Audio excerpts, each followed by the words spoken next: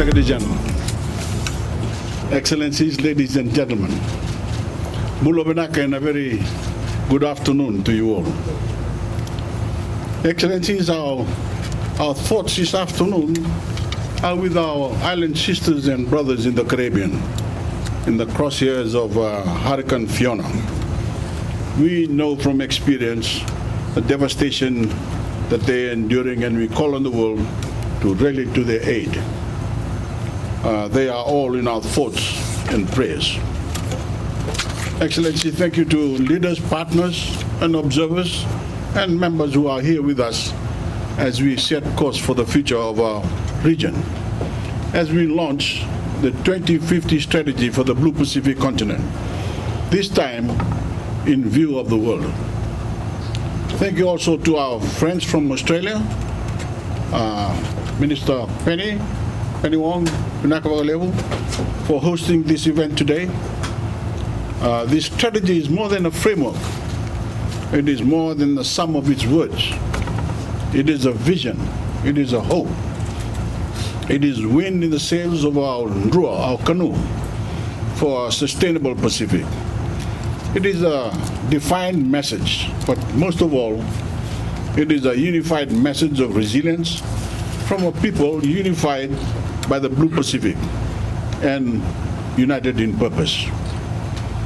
So why this launch today, and why here in New York, an ocean away from our island home? The answer is very simple. We are here because our future is tied to the entire world, and the entire world needs to hear our message. To the larger high-emitting countries, you cannot tune out or turn away from what we are here to say. Together, we are an oceanic superpower. We are the stewards of the world's largest ocean, the largest ecosystem, and the largest carbon sink.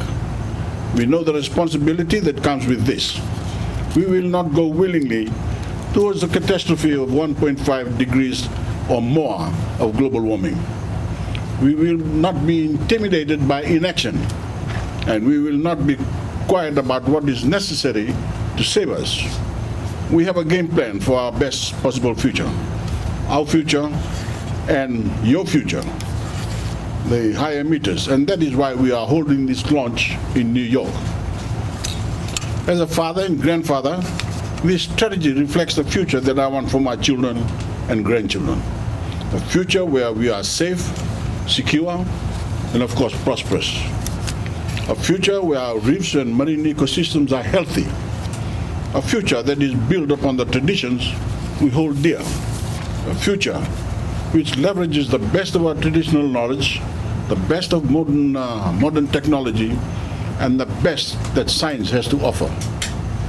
Ladies and gentlemen, as chair of the Pacific Islands Forum, I have witnessed firsthand the tremendous effort that has gone into the development of our 2050 strategy. For 2 years, our people and communities from all walks of life have contributed to the making of this document. This is their strategy. They have sat together, shared ideas together, and raised questions together.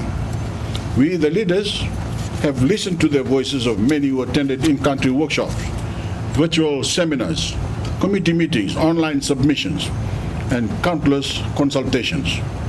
We listened to experts, the young, the elderly, the women, the girls, boys and men, persons with disabilities, people from faith-based organizations, and ordinary citizens from every imaginable walk of life.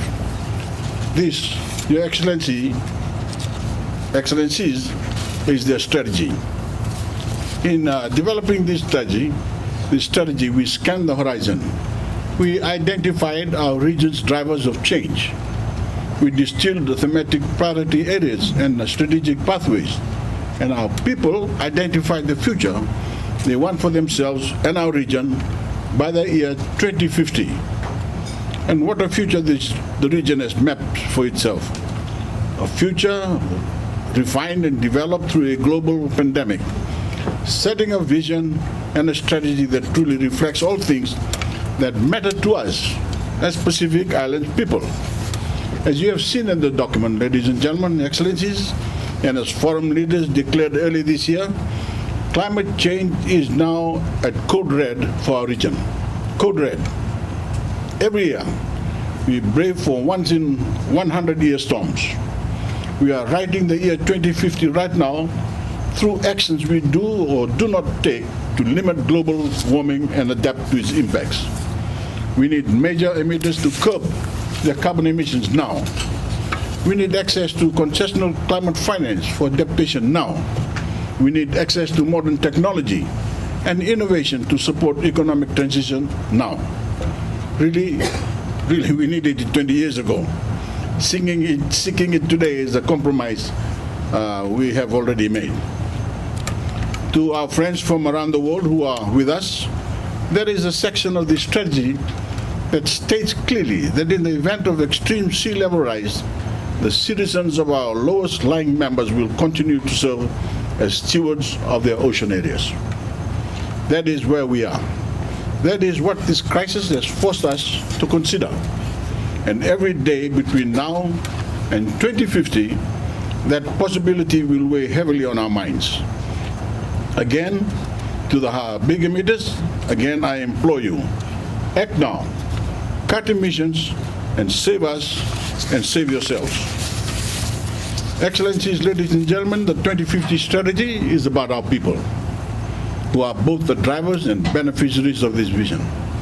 In this regard, education and skills development, a holistic focus on our youth, an embrace of the best of our cultures and traditions, and the assurance of healthy peoples and healthy communities are all part and parcel of our pathway to 2050. I believe that our progress can only be measured by the well-being of those most vulnerable among us. So I'm glad to see that a focus on gender equality, persons with disabilities, and the most marginalized members of our society is part of the fabric of this strategy. The strategy places a central focus on our ocean. The ocean is central to our identity, our livelihoods, and our future. It is what unites us. It is what defines us. It is what sustains us. And it is what sustains the world, and every third breath of air that every person breathes comes from the Pacific. The strategy, therefore, emphasizes preserving, protecting, and securing our ocean. But it also seeks to ensure that we, the custodians and stewards of the Pacific Ocean, can benefit from our ocean resources through sustainable blue economic development. Excellencies, ladies and gentlemen, we are sovereign countries. We need economic strength that matches our political independence. Our development aspiration cannot be tethered to that of other nations.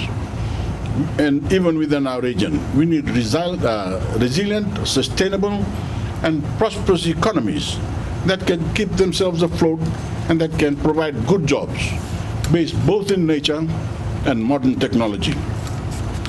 Ladies and gentlemen, excellencies, as I've shared during national consultations, my vision is that by 2050, our debt levels are well managed, our economies are strong, that through our natural resources, tourism, and broader trade, we are a prosperous region that can set and drive our own development agendas.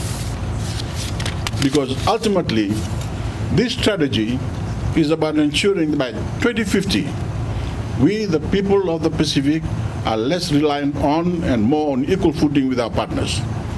It is about ensuring that we are truly resilient in all forms, socially, economically, culturally, and strategically. All of these things together reflect, as I said in Suva during the leaders' meeting, the strategy within the strategy. To our invited guests, to our dialogue partners, to our donors and development partners, I warmly invite you to join us on this voyage. We look forward to a new dynamic in our partnership, not one between those with resources and those less, but as equals, working to deal with shared challenges. Do not make solutions for us. Make them with us, within the frameworks we've built for ourselves and towards the long-term targets we have set for ourselves. Excellencies, ladies and gentlemen, thank you for being part of this Pacific moment of the UNGA 2022 and for your support of this global launch of the 2050 strategy for the Blue Pacific continent.